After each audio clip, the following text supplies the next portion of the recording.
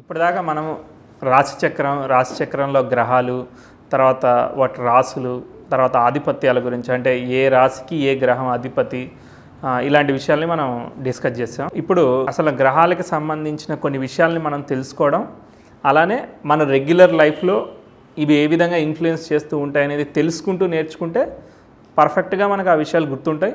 దాన్ని ఎలా వాడుకోవచ్చు అనేది మనకి ప్రాక్టికల్గా ఐడియా వస్తుంది. సో ఇప్పుడు ఫస్ట్ నేను చెప్పేది ఏంటంటే, మొదటి టాపిక్, గ్రహాలని రెండు రకాలుగా విభజించారు. ఒకటి ఏంటిదంటే శుభగ్రహాలు, రెండు పాపగ్రహాలు. ఇంగ్లీష్లో అయితే బెనిఫిక్స్ అండ్ మ్యాల్ఫిక్స్. శుభగ్రహాలు, పాపగ్రహాలు. శుభగ్రహాలు అంటే న్యాచురల్గా శుభగ్రహాలని ఒకటి ఉంటుంది.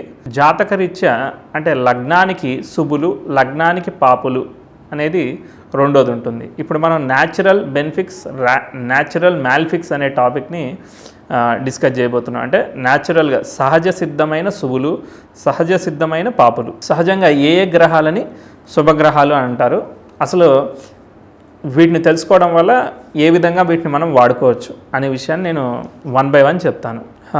గురుగ్రహాన్ని పూర్ణ శుభుడు అని అంటారనమాట. గురువు యొక్క దృష్టి లగ్నం మీద కానీ, లగ్నానికి పంచమంలో ఉండి లగ్నాన్ని ఆస్పెక్ట్ చేయడం కానీ, లగ్నానికి సప్తమంలో ఉంటూ లగ్నాన్ని చూడడం కానీ, లగ్నానికి 9వ స్థానంలో ఉంటూ లగ్నాన్ని చూడడం కానీ, లేకపోతే లగ్నానికి దశమంలో ఉంటూ లగ్నాన్ని చూడడం కానీ, ఈ విధంగా గురుగ్రహం కనుక లగ్నాన్ని ఆస్పెక్ట్ చేస్తే 1,00,000 పాపాలని హరించి కోటి శుభ ఫలితాన్ని ఇస్తుంది ఈ గురుగ్రహం ఒకటి. నెక్స్ట్ గురుగ్రహం తర్వాత శుక్రుడు కూడా శుభుడు. ఈ శుక్రుడు కనుక లగ్నాన్ని ఆస్పెక్ట్ చేస్తే ఇదే విధంగా దోషాలని, అంటే 1,00,000 పాపాలని హరించి ఒక 10 లక్షల శుభ ఫలితాలని ఇస్తూ ఉంటాడు ఉదాహరణకి. అదే చంద్రుడు కూడా, పూర్ణచంద్రుడు కూడా శుభగ్రహం. 10,000 పాపాలని హరించి 1,00,000 శుభ ఫలితాలని ఇస్తూ ఉంటాడు. ఈ విధంగా శుభగ్రహాలు అనేవి, శుభగ్రహాల యొక్క దృష్టి అనేది లగ్నం మీద ఉన్నట్లయితే పాజిటివ్ ఎనర్జీని క్రియేట్ చేస్తూ ఉంటుంది. లగ్నంలో ఉండొచ్చు, లగ్నాన్ని ఆస్పెక్ట్ చేయొచ్చు. లగ్నం అంటే ఏంటిది అనేది మనం డిస్కస్ చేసాము.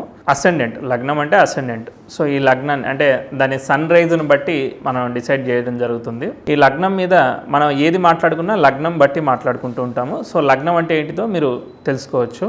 సో లగ్నం మీద ఈ యొక్క శుభగ్రహాల యొక్క దృష్టి ఉండడం వల్ల మంచి జరుగుతుంది. శుభగ్రహాలు ఏం చేస్తాయనంటే మనకి ఇబ్బంది లేకుండా ఫలితాలను ఇస్తూ ఉంటాయి. ఉదాహరణకి చిన్న ఎగ్జాంపుల్ చెప్పాలి అని అంటే, మీరు రైల్వే స్టేషన్కి వెళ్దామని అనుకున్నారు. ఒకవేళ శుభగ్రహం యొక్క ఫలితాలు మీ మీద ఉన్నట్లయితే బయటికి వెళ్ళగానే ఒక ఆటో ఆర్ ట్యాక్సీ ఏదో ఒకటి వెళ్ళగానే దొరుకుతుంది.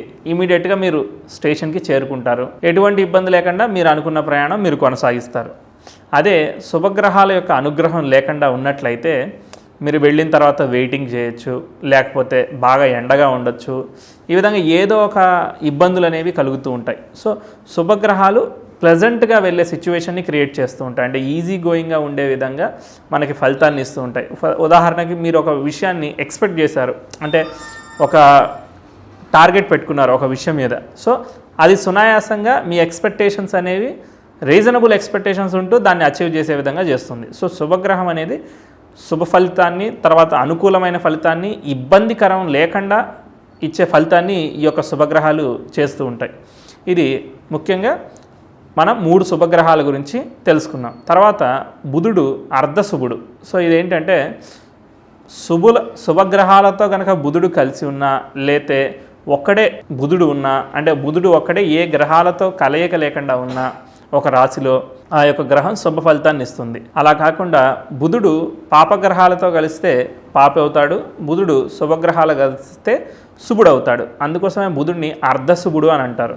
తర్వాత క్షీణచంద్రుడు కూడా పాపగ్రహమే, పూర్ణచంద్రుడు మాత్రమే శుభగ్రహము. కాబట్టి గురువు తర్వాత శుక్రుడు, తర్వాత చంద్రుడు, తర్వాత బుధుడు, ఈ విధంగా సీక్వెన్స్ అనేది ఉంటుంది. ఈ 4 కూడా శుభగ్రహాలు అనమాట. ఇప్పుడు మిగిలిన గ్రహాలు, పాపగ్రహాల గురించి మనం చర్చించాలి. రవి సోలార్ ప్లానెట్, రవి పాపగ్రహం. అదేవిధంగా కుజుడు కూడా పాపగ్రహం. తర్వాత శని కూడా పాపగ్రహం. క్షీణచంద్రుడు మరియు రాహుకేతువులు, పాపులతో కలిసిన బుధుడు కూడా పాపగ్రహం. ఇవన్నీ కూడా పాపగ్రహాలు. సో ప్రతి గ్రహము అనుకూలమైనప్పుడు అనుకూలమైన రిజల్ట్స్, పాపగ్రహం అయినప్పటికీ కూడా అది అనుకూలమైన రిజల్ట్స్ ఇస్తుంది. కాకపోతే పాపగ్రహం ఎలా ఇస్తుంది రిజల్ట్ అని అంటే, ఉదాహరణకి మీరు ఒక యుద్ధాన్ని చెయ్యాలి, యుద్ధంలో మీరు విజయం సాధిస్తారు. కానీ విజయం సాధించడానికి కావాల్సిన స్పోర్టివ్ స్పిరిట్ కావచ్చు, లేకపోతే ఎగ్జామ్కి వెళతారు, చెయ్యాలన్న పట్టుదల కావచ్చు, ఇంక్లినేషన్ కావచ్చు, ఇదంతా కూడా ఏంటంటే ఇబ్బంది పెట్టే మీకు విజయం దొరుకుతూ ఉంటుంది. సో పాపగ్రహాలు కష్టపడి సాధించగలిగే శక్తిని కలిగి ఉంటాయి, ఖచ్చితంగా విన్ అయ్యే పరిస్థితిని కలిగి ఉంటాయి. సో పాపగ్రహాలు ఇబ్బంది పెట్టి రిజల్ట్ ఇస్తాయి. అది పాజిటివ్ రిజల్ట్ అవ్వచ్చు, నెగిటివ్ రిజల్ట్ అవ్వచ్చు. ఉదాహరణకు మీరు పాపగ్రహం యొక్క ఇన్ఫ్లుయెన్స్ ఉంది. మనం ఇంతకుముందు తీసుకున్న ఉదాహరణ ప్రకారం ఒక రైల్వే స్టేషన్కి వెళ్ళాలనుకున్నారు, మీరు ఒక ట్యాక్సీనో ఆటోనో తీసుకున్నారు. సో వెళ్ళినప్పుడు ఆలస్యం అవుతుంది. శని గ్రహం ఆలస్యానికి కారకం, సో ఆలస్యం అవుతుంది. తర్వాత కుజుడు రవి అగ్నితత్వ గ్రహాలు ఏంటంటే బాగా వేడిగా ఉండడం బయటికి వెళ్ళినప్పుడు, లేదా మీకు అనుకున్నట్టు ఏసీ క్యాబ్ దొరకపోవడం కావచ్చు, ఇలాంటివి జరుగుతూ ఉండొచ్చు అనమాట. పాపగ్రహాలు ఈ విధమైన ఇన్ఫ్లుయెన్స్ని క్రియేట్ చేస్తూ ఉంటుంది. సో శుభులు ఎప్పుడు కూడా సునాయాసంగా ఇస్తారు, పాపులు ఎప్పుడు కూడా కష్టపెట్టేస్తారు. అది మంచి అవ్వచ్చు, చెడు అవ్వచ్చు.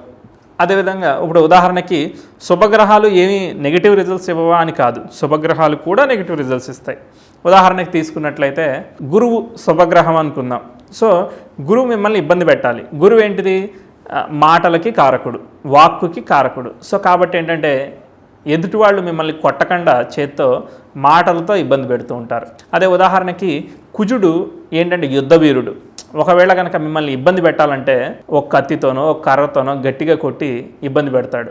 సో గురువు ఏంటంటే వాక్కు కారకుడు కాబట్టి ఈ వాక్కు అంటే కమ్యూనికేషన్ అనేది దాన్ని నెగిటివ్ ఎనర్జీలో యూజ్ చేస్తే వాక్కు కారకుడు కాబట్టి మాటలతో మనల్ని ఇబ్బంది పెడుతూ ఉంటాడు. సో ఈ విధంగా ఆ యొక్క గ్రహం యొక్క కారకత్వం, ఆ గ్రహం యొక్క నేచర్ అనేది ఒక నేచర్. ఇప్పుడు కత్తి అనేది ఉంది, నైఫ్ అనేది ఉంది. సో దాన్ని మీరు కూరగాయలు తరగడానికి వాడుకోవచ్చు, దేన్నన్నా కొట్లాడడానికి, గొడవలకి, ఇట్లాంటి విషయాలకి వాడుకోవచ్చు అనమాట. సో ఒకటే ఎనర్జీ అనేది పాజిటివ్గా వాడచ్చు, నెగిటివ్గా వాడచ్చు. ఇప్పుడు నేను చెప్పిన ఈ గ్రహాలని మీరు గుర్తుపెట్టుకున్నట్లయితే మనకి ఫ్యూచర్లో వచ్చే పర్పస్ అంటే ఏదైనా ఒక విషయం, ఒక సంఘటన జరిగేది ఉంటే సునాయాసంగా జరుగుతుందా, ఇబ్బందికరంగా జరుగుతుందా, పాజిటివ్గా జరుగుతుందా? పాజిటివ్గా జరిగితే అది పాజిటివ్ అవ్వచ్చు, నెగిటివ్ అవ్వచ్చు, మీరు ఐడెంటిఫై చేస్తారు. అది సునాయాసంగా జరుగుతుందా, ఇబ్బంది పెట్టే విధంగా జరుగుతుందా, ఏ విధంగా జరుగుతుంది, ఏ ఫార్మేషన్లో జరుగుతుంది అనే విషయాన్ని మీరు ప్రిడిక్ట్ చేయగలుగుతారు. సో శుభగ్రహాల యొక్క ముఖ్య ఉద్దేశం, పాపగ్రహాల యొక్క ముఖ్య ఉద్దేశం మీకు అర్థమైంది.